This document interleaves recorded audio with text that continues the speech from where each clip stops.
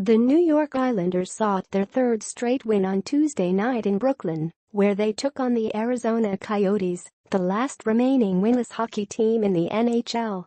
John Tavares made sure they stayed winless. He made the Barclays Center rain hats, scoring 3 times to lead his team to a 5-3 victory.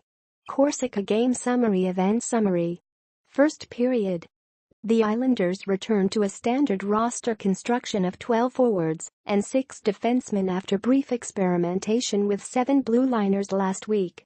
A little more than 4 minutes into the game, resident Dane Anders Lee was dinged for a tripping penalty. The Islanders won the initial faceoff on the penalty kill, but were never able to clear the zone. Clayton Keller sent a shot on net from the perimeter and Anthony Duclair pounced on the rebound and gave the Coyotes a 1-0 lead. Halak had no chance. No sweat yet though, as Arizona entered the contest 0-5 this season when scoring first. No, I don't know how that's possible.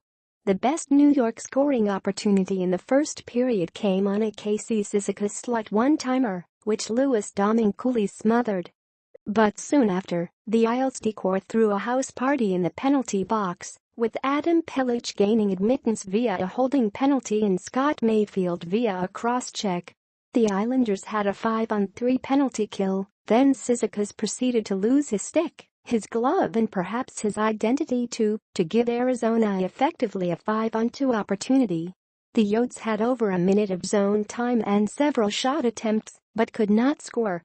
Someone please buy dinners for Johnny Boychuk, Calvin DeHaan, Halak, and Cizikas. The Islanders didn't score in the period, and the possession numbers were lopsided in the Coyotes' favor, mostly due to the penalties committed. Second period. Jordan Eberle. John Tavares. First line scoring. After Anders Lee forced a turnover in the corner of the offensive zone, Eberle dealt a cross-crease pass to the captain, who deflected the puck with elevation to beat Domingue and tie the game for the Isles early in the second period. The New York offense seemed to resemble a power play with all its chances throughout the early part of the period. Once on an actual power play, the Isles failed to get set up and didn't score, however. Go figure. Later in the period, with 5:31 remaining in the game, the captain was at it again. Eberle entered the zone with speed on the outside and dealt the puck to Pelech. Pelech threw the puck to Tavares' back door, and the Islanders took a 2-1 lead. When the Islanders are at their best, they imposed their will on the forecheck. That happened in the second period. New York completely dominated Arizona in the corners and along the boards. Toward the end of the period, the Coyotes had some scoring opportunities snuffed out by Halak. The bottom six was pretty poor all night, save for Cizikas and Brock Nelson. Third period. Woof. Halak surrendered a soft one early in the third period when Arizona winger Mario Kemp sniped him on the rush from a weak angle to tie the game, 2-2. The Islanders earned a power play after Tavares was corkscrewed by a Coyote stick in front of the net. On the man-up, Nelson made the desert team pay, burying a shot off of Alex Goligoski's stick and into the bottom left corner of the net. He's been really solid throughout October. Observation: Matthew Barzal is a joy to watch play hockey. He really is.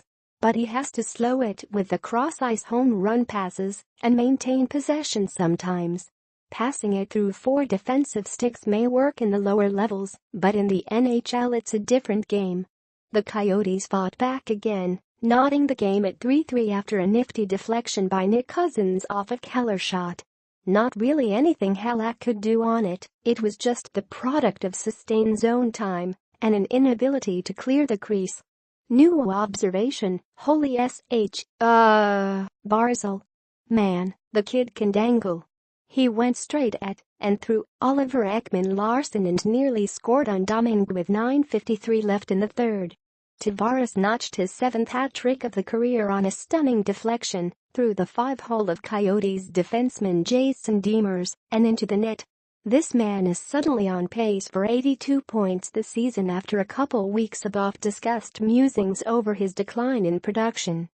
With just under 3 minutes to play, Scott Mayfield added one more goal for good measure, slapping in a one-timer near side off a pass from Tavares, who had his first 4-point night since February 14, 2015 against Columbus.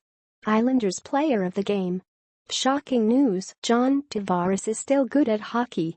The top line was a threat to score every since time they touched the ice today. Tavares scored 3 times, drew a penalty, and led all Islanders players in on ice shot attempt differential. Maybe the trade rumors will slow a little this week. After 5 straight scoreless nights, Tavares has 7 points in his last 2. Coyotes player of the game. Clayton Keller was a real playmaker for the Coyotes. Aside from the 2 assists, the 1998-born center was making toe drags and slick passes throughout the game. Visibly dynamic. The Coyotes are absolutely loaded with young talent and Keller is certainly part of that. Stat of the game. 1. Number of goals by New York Islanders defensemen this season after Scott Mayfield scored late in the third period.